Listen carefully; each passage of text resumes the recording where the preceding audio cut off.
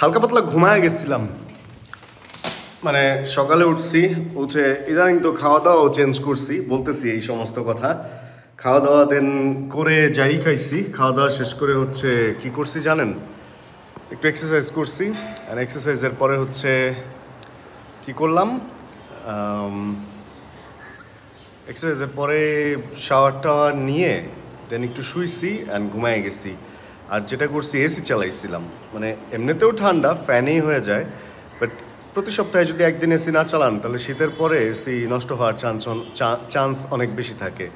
And যদি regular একটু চালান তাহলে এসি ঠিক থাকে। শীতের দিনেও চেষ্টা করবেন এসি মোটামুটি 25 বা 24 দিয়ে ঘরের প্রয়োজনে দরজা জানালা খুলেই 5 থেকে 10 মিনিট চালানোর, তাহলে কি কম্প্রেসার অ্যান্ড গ্যাসগুলো সচল থাকবে। আর যদি তা না করেন তাহলে বিভিন্ন রকম ফাপড় আপনার সাথেও হইতে পারে, যেটা অনেকের সাথেই হয়। অ্যান্ড আমি চাইতেছি যে আমার সাথে এটা না হোক। আর সকালে কি খাই জানেন, সকালে খাই হচ্ছে ওটস, কলা অ্যান্ড আপেল। ওটস, কলা, আপেল, একটু বাদাম, দেশি বাদাম, তেল ছাড়া ভাজা যেটা, তারপর এগুলাই একটু পানি, হালকা পানি দিয়ে ওটসটারি করে দেন মাখা উইদাউট সুগার। অ্যান্ড এখন মোটামুটি আমি ফিট হচ্ছি। আমার যে ফ্যাটগুলা হচ্ছিল লাস্ট 15 দিন আমি নিয়ম মতো চলেই দেখছি ফ্যাটগুলা অনেকটাই বার্ন হয়ে গেছে। আর এখন হচ্ছে এই টাইম হচ্ছে আমার, এখন কয়টা বাজে, 4:10, এটা হচ্ছে আমার টক দই খাওয়ার টাইম। যদিও সকালে ওই যে আচ্ছা চিয়া সিড খাই, আমি চিয়া সিডের সাথে মিশা খাইতে পারলে ভালো, বাট আমার ফ্রিজ নাই, যে কারণে আমি টক দইটা হচ্ছে রাখতে পারি না, ঘরে প্রিজার্ভ করতে পারি না। এটা ফ্রিজ 2-1 দিনের মধ্যে কেনার ইচ্ছা আছে, ছোটোখাটো হোক, যাতে আমি টক দই অ্যান্ড টুকটাক মুরগি বা যদি খিচুড়ি রান্না করি এগুলো যাতে রাখতে পারি, এর জন্য ছোটোখাটো একটা ফ্রিজ আমি নিব এর মধ্যে, এরকমটা ইচ্ছা আছে। অ্যান্ড ওর সাথে সাথে হচ্ছে আমাদের এখানে একটা বারান্দা আছে, দেখেন এই যে ছোটো বারান্দাটা, এখানে একটা আর ওই পাশে একটা, এই বারান্দাটার মধ্যে কিছু গাছ লাগাবো, যাতে টুকিটাকি ধরেন মরিচ, ফল, ফুল এগুলো যদি একটু হয়, এটা দেখতে নিজের কাছেই ভালো লাগে। এই জায়গাটা বেশ বড়, ময়লা হয়েই থাকে, পরিষ্কারও রাখা হবে। অ্যান্ড গাছ থেকে ছিঁড়ে একটা মরিচ খাইলাম, বা গাছ থেকে ছিঁড়ে একটা আমড়া খাইলাম, বা একটা ফুল গাছ থেকে ছিঁড়ে তোমাকে দিলাম। তো ব্যাপারটা আমার কাছে ইন্টারেস্টিং লাগে আর কি, এগুলো যদি বারান্দার মধ্যে হয়। এখানে প্লাস হচ্ছে এদিকে এদিকে কিছু গাছ টাছ করার ইচ্ছা আছে, তাহলে কি হবে, এদিকে একটু মনোযোগ দেওয়া হবে। অ্যান্ড ফুলের গাছ যারাই লাগাবেন, একটা জিনিস বলে রাখি, ফুলের গাছ লাগান কোনো সমস্যা নাই, বাট ডেঙ্গু যাতে না হয় ওই ব্যাপারটা খেয়াল রাখবেন, পরিষ্কার পরিচ্ছন্ন রাখবেন, প্রয়োজনে মশার স্প্রে করে, মানে জমা পানিতে যাতে ডেঙ্গু হয়ে আপনাকে বা আশপাশের লোকজনকে না কামড়ায়, এদিকে খেয়াল রাখতে হবে। চলেন বের হয়ে, আজকে একটা কড়া রাইড হবে। এমনি মাঝে মধ্যে রেকর্ড করি। তোমার নাম কি? তোমার বন্ধু বান্ধব তোমাকে বলবে অমুকের চ্যানেলে দেখছি, তখন বুঝবা আমি কে। আমার চ্যানেল নাই, এমনি রেকর্ড করি। না, টাটা, আল্লাহ হাফেজ। আমরা অনেক সময় কি করি জানেন, আচ্ছা ওর সাথে মজা করলাম, কারণ আমি জানি এখানে কেউ না কেউ এই ভিডিওটা দেখে ওরে জানাবে, ও অনেক মজা পাবে। আর আমি ওর এত কাছাকাছি থাকি, এটা জানলেও আরো মজা পাবে। তোমাকে যেখানে দেখছি ওইখান থেকে 10-12টা বাড়ি পরেই হচ্ছে আমার বাড়ি, বুঝছো? আচ্ছা শোনেন, যেটা বলতেছিলাম, আমরা অনেক সময় মনে করি কি, না খেয়ে থাকলেই মনে হয় শরীরের ফ্যাট বার্ন হয় বা ওজন কমে। ফ্যাট বার্ন আর ওজন কমা এক জিনিস না। আর সেকেন্ড হচ্ছে, না খেয়ে থাকলেই যে ফ্যাট বার্ন হবে ব্যাপারটা তা না। এমনও হইতে পারে যে আপনার মাসেল বার্ন হইতেছে, বাট ফ্যাটটা বডি প্রিজার্ভ করে রাখতেছে। ইটস অল অ্যাবাউট হচ্ছে ব্রেন থেকে কি বুঝতেছে এবং কি চলতেছে এবং কি ফুড আপনি দিচ্ছেন। অনেকে ভাবে ফল খাইলেই মনে হয় সুস্থ থাকবেন, অতিরিক্ত কমলা খাইলেও যে আসলে সুগার বাড়তে পারে, এই ব্যাপারটা অনেকেই হয়তো আমরা জানি না, যে টক জিনিসে আবার সুগার বাড়াবে কেন। অ্যান্ড আপেল খাইলেই যে সুগার বেড়ে যাবে ব্যাপারটাও আসলে তা না। এরকম কিছু ব্যাপার স্যাপার নিউট্রিশনের কিছু নিউট্রিশিয়ান, হ্যাঁ এই ধরনের ওয়ার্ডগুলা বলা হয় না তো, মানে প্রপার ডায়েটের যে ব্যাপারগুলা, এইগুলা একটু আসলে জেনে বুঝে তারপরে করা উচিত। এক্সারসাইজ করলেই যে সুস্থ থাকবেন ব্যাপারটা তা না, এক্সারসাইজ করলে অসুস্থ হইতে পারেন। কার্ডিও করলে, মানে ঘাম ঝরাইলেই যে আপনি শুকাবেন বা ফ্যাট বার্ন হবে ব্যাপারটা এরকম নাও হইতে পারে, আবার হইতেও পারে। তো প্রপার ব্যাপারগুলো জানতে হবে, সঠিক নিয়মটা জানতে হবে। অ্যান্ড সঠিক নিয়ম জানার জন্য অল্প হইলেও স্টাডি করতে হবে। সপ্তাহে 7 দিন ব্যায়াম করলেই যে আপনার বডি হয়ে যাবে ব্যাপারটা কিন্তু এমনও না। সপ্তাহে 4 দিন ব্যায়াম করলেও হয়তো বডি হয়ে যেতে পারে। আবার সপ্তাহে 2 দিন ব্যায়াম করেও একটা মানুষ সুস্থ থাকতে পারে। নট অনলি 2 দিন, 1 দিন ব্যায়াম করেও সুস্থ থাকতে পারে। ব্যায়াম না করে শুধু ডায়েট ঠিক করেও একটা মানুষ ফিট থাকতে পারে। এখন ব্যায়াম না করে মানে সারাদিন ঘুমাইলে হবে না। যদি ফিজিক্যাল ফিটনেস থাকে মানে রাখতে চান, তাহলে ফিজিক্যাল মুভমেন্ট বা আপনার ফিজিক্যাল ওই অ্যাক্টিভিটিগুলো কিছু রাখতে হবে, বা জিমেই যে যাইতে হবে ব্যাপারটা তা না। এখন আপনি কি করতেছেন এটার উপরে ডিপেন্ড করে। আচ্ছা, বডি নিয়ে অনেক কথা বলতেছি, কারণ হচ্ছে আমি নিজের দিকে একটু খেয়াল দিছি তো, এই আর কি ব্যাপারটা। সাপ্লিমেন্ট নিয়ে অনেক কন্ট্রোভার্সি আছে। সাপ্লিমেন্ট খাইলেই এই হয় সেই হয়। অনেকে সাপ্লিমেন্টকে তো আসলে সাপ্লিমেন্ট মানে সাপ্লিমেন্টকে অনেকে মনে করে যে স্টেরয়েড নিয়ে নিছে বা এরকম কিছু, বা হরমোন ইনটেক করে ফেলছে। এই সমস্ত ব্যাপারগুলো যদি আপনি না জানেন তাহলে অনেক ঘোলা হবে ব্যাপারটা। শুধু ব্যায়াম করতেছেন, বডিকে প্রপার ফুড দিতেছেন না, বিভিন্ন জয়েন্টে দেখবেন যে অনেকে বলে ক্যালসিয়াম শেষ হয়ে যাবে, শুকায় যাবে। আসলে ক্যালসিয়াম না, জয়েন্টে দেখবেন যে জয়েন্ট ক্ষয় হইতে পারে। তো ওই জয়েন্টটা যাতে ক্ষয় না হয়, মাসেলটাকে ওইভাবে ডেভেলপ করতে হবে। মাসেল ডেভেলপ করতে হলে মাসেলকে প্রপার ফুড অ্যান্ড প্রোটিন দেওয়া লাগবে, বা অন্যান্য নিউট্রিশনগুলোও দেওয়া লাগবে। এই জিনিসগুলো জানলে দেখবেন যে লাইফটা অনেক ইজি, মানে খুব ইজিলি আপনি করে ফেলতে পারতেছেন। আসলে একটু জ্ঞান খাটাইতে হবে। জ্ঞান ছাড়া যেটা পাবেন ওটা হচ্ছে ঝড়ে বক মরার মতো। মানে আপনি মারছেন তীর, ওই বকের লেগে গেছে, বক পরে মরছে। এখন বুঝে মারলে এক শান্তি, আর ঝড়ে বক মরলে অনেকে শান্তি পায়, আবার আমি শান্তি পাই না। আমি হঠাৎ করে যদি কোনো কিছু পাই যেটা মানে আমি পাওয়ার যোগ্য না, ওটা পেয়ে গেলে আমি খুব বেশি শান্তি পাই না, কারণ আই ডোন্ট লাইক সারপ্রাইজ। এর জন্য আমার অনেকের সাথে অনেক গ্যাঞ্জাম বা সম্পর্কও নষ্ট হয়েছে, যে অনেকে সারপ্রাইজ দিতে চায় বাট আমি সারপ্রাইজ নিতে পারি না। দেখা গেছে কিভাবে আমারে ধাক্কায় টাক্কায় চলে গেল। হাতে যদি সময় থাকতো একটু খেলতাম। দেখি তো ওর চালানোর স্টাইলটা কিন্তু করা। ও ভাই, আপনারা রাস্তার মাঝখান দিয়ে হাঁটলে কেমন হইব ভাই? রাস্তার মাঝখান দিয়ে কি সুন্দর হাঁটতেছে ও, দেখেন না, এক পাশে বৈশা। ভাই রে ভাই, রিক্সাওয়ালাদের যে ইদানিং সোয়াগ, মানে আমি এই সোয়াগটা দেখছি হচ্ছে টুকটুক বা টমটম যে চলায় না, সে টুকটুক বলে থাইল্যান্ড ব্যাংককে এই যেরকম এক পাশে বসা, হাফ প্যান্ট পরা, ক্যাপ উল্টা করে বা সাইড করে, আর ডিস্টিং বুম বুম বাজনা। রে ভাই, এমন একটা অবস্থা। ঠিক ওই অবস্থাগুলো হয়েছে আমাদের দেশের এই রিক্সাগুলা। দেখেন না, এক সাইডে পা দিয়ে বৈশা, মানে মিটারটারে বাইন্ধা, মিটার মনে হয় ঝাঁকি ঝুঁকি খেয়ে খুলেই গেছিল, এরকম কিছুই মনে হয়েছিল। তো এই হলো ওদের অবস্থা। মানে ভাই পুরাই থাইল্যান্ডের ব্যাংককে টুকটুক হয়ে গেছিল আমাদের দেশের অটোরিকশা। তো কিছু অটোরিকশা আসলে যদি থাক, এগুলা নিয়ে আর কথা বলবো না। দেখেন এটা এমন করতেছে, ওই সামনেটা এমন করতেছে। মানে ওদের অ্যালাইনমেন্ট এইগুলা নিয়ে কোনো মাথা ব্যথাই নাই। ওস্তাদ একটু সাইড দেন, থ্যাংক ইউ। আমি এমন একটা জিনিস নিয়ে বেরোইছি যেটা হলো অনেক পাওয়ারফুল।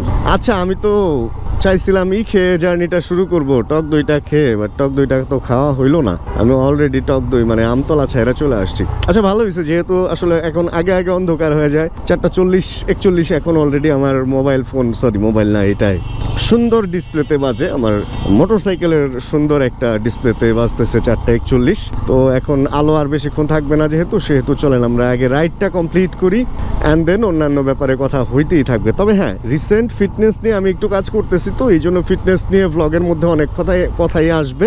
তবে আমার সব কথাই যে আপনারা একদম শুনবেন ব্যাপারটা তা না, বা মানার চেষ্টা করবেন না। কারণ কি, আমি বলবো হচ্ছে আমার লাইফ এক্সপিরিয়েন্সগুলা, আমি কিভাবে এক্সারসাইজ করতেছি, কি করতেছি না করতেছি, এইগুলা নিয়েও হচ্ছে আপনাদের সাথে খুব তাড়াতাড়ি আমি শুরু করব কথাবার্তা বলা। অ্যান্ড আমি কিন্তু খুবই অসুস্থ একটা মানুষ। আপনারা বিশ্বাস করবেন কিনা, আমার বাম হাত ভাঙ্গা, আমার ডান পাশের কলার বোন ভাঙা, যেটা বাঁকা হয়ে জোড়া লাগা, আমার বাম পায়ের লিগামেন্ট সার্জারি করা। অ্যান্ড এত কিছুর পর আমি যেহেতু ওয়েট লিফটিং অ্যান্ড এক্সারসাইজ করতেছি, সেহেতু আমার মাথার ভিতরে অবশ্যই কিছু আছে, এবং এই লাইফের এই স্টোরিগুলা থেকে হয়তো আপনাদের কিছু উপকারও হইতে পারে।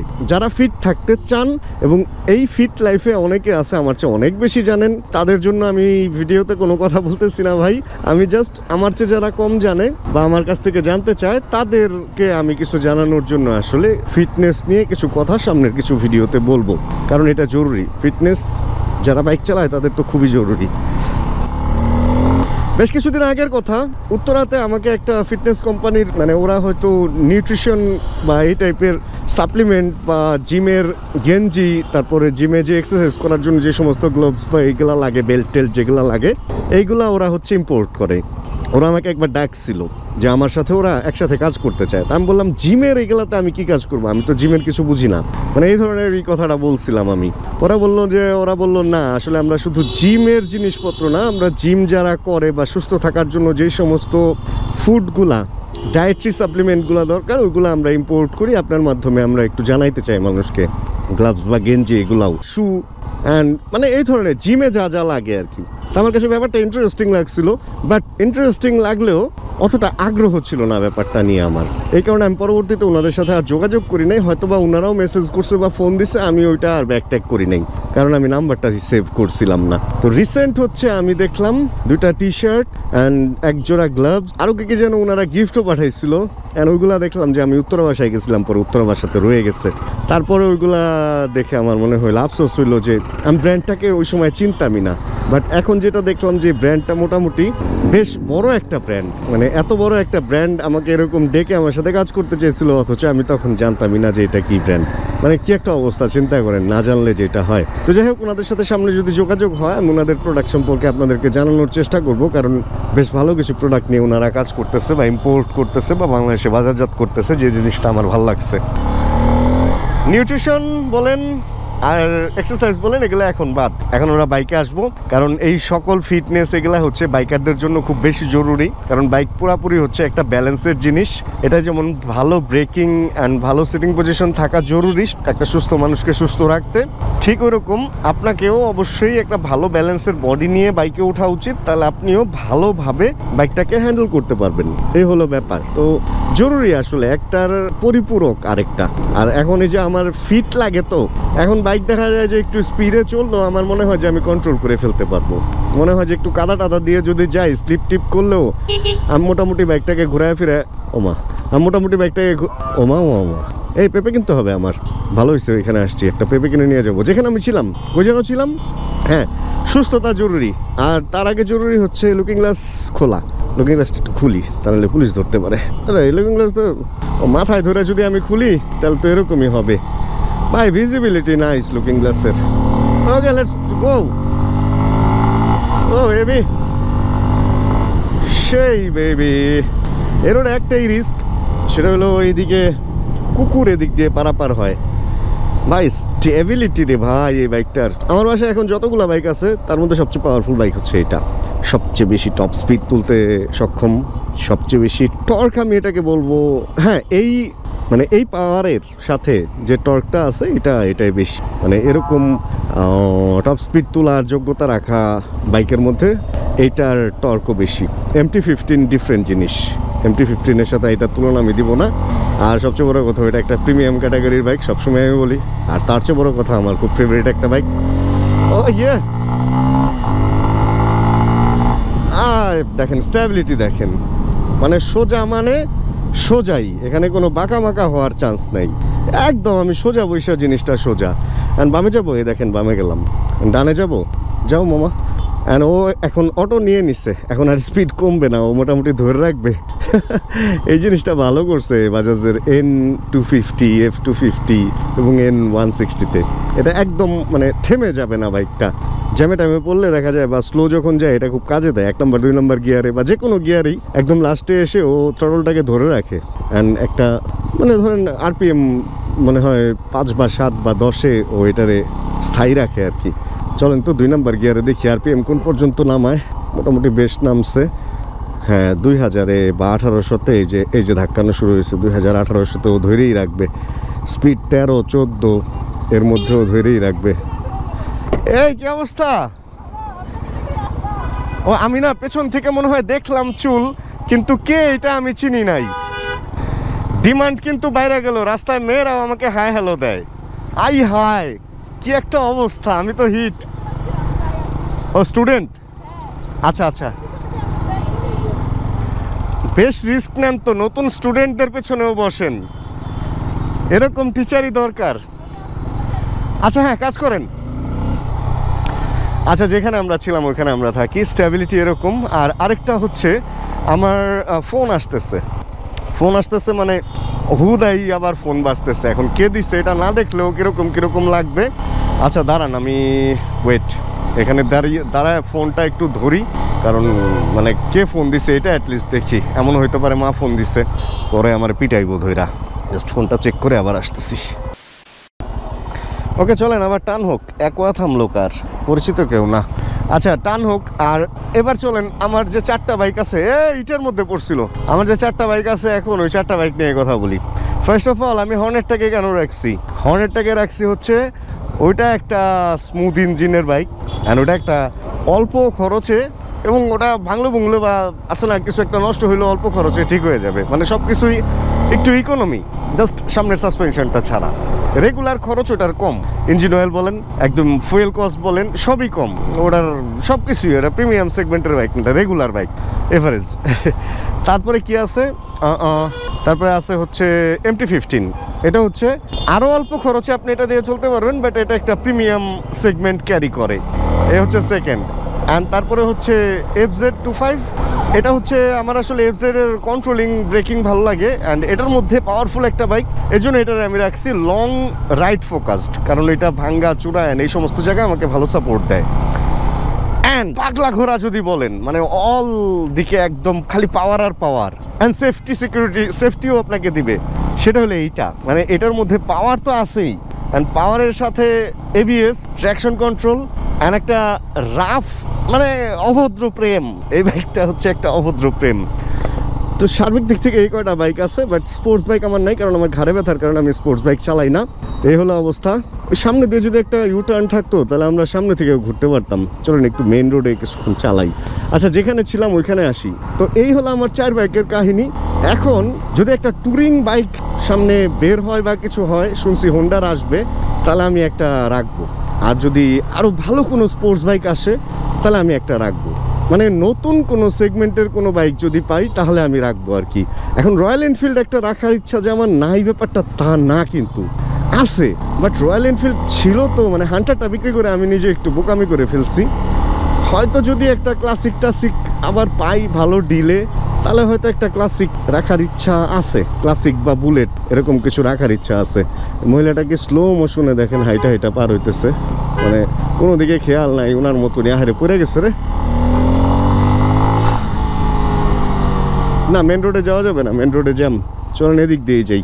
বড় রাস্তায় চালাইতে ইচ্ছা হয়, কিন্তু বাংলাদেশের মানে ঢাকায় বিশেষ করে মেন রোডগুলোতে এত জ্যাম থাকে যে শান্তিতে চালানো যায় না। দেখেন না, চিপা রাস্তার ভিতরেও তো জ্যাম একদম কম না। মোটামুটি জ্যাম জটলা এগুলা আমাদের একটা অলংকার হয়ে গেছে। LGED-RDEC ভবন এটা। ও মা, ঘাড় ব্যথা শুরু হয়েছে। আর পিছনে লুকিং গ্লাসে আর্মি দেখা যাইতেছে। আচ্ছা এই বাইকটা চালাইতে গেলে লুকিং গ্লাসে কি ভাইব্রেট করে, আপনারা কি খেয়াল করছেন? এটা নিয়ে তো আমার ভিডিও বানাইতে হবে। আমার ঘাড়ের একটু প্রবলেম হচ্ছে ভাই, এই কারণে আমি লং রাইডে বের হচ্ছি না। তা নাহলে আমি সব গুছিয়ে নিয়ে আসছি। এখন শুধু ঘাড়ের ব্যথাটা একটু কন্ট্রোলে আসলে আমি লং রাইডে চলে যাব। আমি ভালো একটা হেলমেটও নিচ্ছি, এর আগে দেখাইছিলাম। ওটা হেলমেট সেট আপটাও করতে হবে, এটাও একটা কারণ। ওটাও রেডি না, এই কারণে যাইতেছি না। যান ভাই, গেলে গোতাগুতি করতেছেন, যান না। যান যান, হ্যাঁ যান। যায়ও না, চাক্কার কাছে আসে আর যায়, আসে আর যায়, আসে আর যায়। ভাই আমি যাব না, দিবেন না যাইতে? যান ভাই, আপনাদের সরকারি অফিস সব এখানে, আপনারা সরকারি লোক, সরকারি গাড়ি, আমরা এখানে ঢুইকা করে ফেলছি ভুল। সব অফিস ছুটি হইতেছে আসলে। ও মা গো, কি ভাঙ্গার ভাঙ্গা। আমরা এখন যে জায়গাটায় আছি এই জায়গাটা হচ্ছে কেক পট্টি ছিল। অনেক কেকের তোমায় আমি ভালোবাসি, তোমায় আমি চাই, তোমায় দেব মিষ্টি কিছু, তোমায় যদি পাই উড়ি উড়ি বা। এই যে কেক তো আছে, কিন্তু নাচ গানের ওই ব্যাপারটা নাই। একটা জিনিস খেয়াল করছেন, কোনো কিছু হঠাৎ করে যখন ভাইরাল হবে ওটা বেশি দিন টিকবে না, এবং স্লো যদি কোনো কিছু উঠে ওইটা পড়তেও সময় লাগে। তা আমাদের আসলে মেইনলি এই রোডটাই ভালো। এই রোডেই আমরা শান্তিতে চালাইতে পারতেছি, 70+ স্পিড গেইন করে ফেলতে পারতেছি, এটাই ভালো লাগতেছে। আমাদের বাসার কাছে এই রাস্তাগুলো হওয়াতে ভালো হয়েছে। তবে এরপর থেকে এই সমস্ত রোডে আরেকটু দুপুরে বের হব, তাহলে রোডগুলো আরেকটু ফাঁকা পাবো। অ্যান্ড রোড যখন আরেকটু ফাঁকা পাবো, মানে অফিস টাইমে, তখন আরেকটু শান্তিতে চালানো যাবে। ভালো লাগে ভাই, মাঝে মধ্যে বাইক টানতে ইচ্ছা হয়, মানে ও মারে স্পিডে চালাইতে ইচ্ছা হয়। তো যেদিন স্পিডে চালাইতে ইচ্ছা হয় তখনই ওই দিনই আসলে এই বাইকটা নিয়ে বের হই। বললাম না যে 4টা বাইকের বিবরণ তো দিলামই। সিভিআরটা কিনছিলাম, বাট সিভিআর গোজা হয়ে বসতে হয় ভাই, ওটা আমার যাচ্ছে না আর কি। আমার এই ঘাড়ের সমস্যাটা যতদিন ফিক্স না হবে ততদিন সিভিআর কেন কোনো বাইকেই আসলে ওইভাবে শান্তি করে চালানো যাবে না আর কি। চলেন আমরা আরেকটু রাইড করি, দেন আবার রাইড থেকে বিদায় নিব, কারণ সন্ধ্যা প্রায় হয় তো বেশিক্ষণ আর নাই আমাদের হাতে আর কি। আর সন্ধ্যার আগে বলে শয়তান দৌড়ায়, শয়তান দৌড়ানোর আগেই আমাদের বের হয়ে যেতে হবে, মানে ভিডিও থেকে বের হয়ে যেতে হবে। দেখেন ঘুরানোর মানে সব কিছুই ভালো ভাই এই বাইকটায়, একটু বড় বাট কিছুক্ষণ চালাইলে বড় ব্যাপারটার সাথে ফিক্স হয়ে যাওয়া যায়, অত কষ্টের কোনো কিছু মনে হয় না। যাই হোক, আজকের ভিডিও তাহলে এখানে শেষ করি। আমার একটু টক দই খাইতে হবে, দেন বাসায় ঢুকে যাব। ঘাড় ব্যথা করতেছে ভাই, আর পারতেছি না আসলে, তা নাহলে এরকম চালাইতাম। আজকের ভিডিওতে কোনো কিছু ভালো লাগলে ছোট করে লাইক দিয়ে দিন, চ্যানেলে যদি নতুন হন প্লিজ সাবস্ক্রাইব করে হয়ে যায়। আমাদের ফ্যামিলি মেম্বার জানাবেন কে কোন জায়গা থেকে ভিডিও দেখছেন, আর যতক্ষণ পরবর্তী ভিডিও নিয়ে আবার আমি না আসতেছি ততক্ষণ ইনশাআল্লাহ আমরা থাকবো ভালো, আমরা থাকবো সুস্থ এবং করতে থাকবো চিল ইনশাআল্লাহ। Chill bro. Check the mic and make sure it sound right, boys.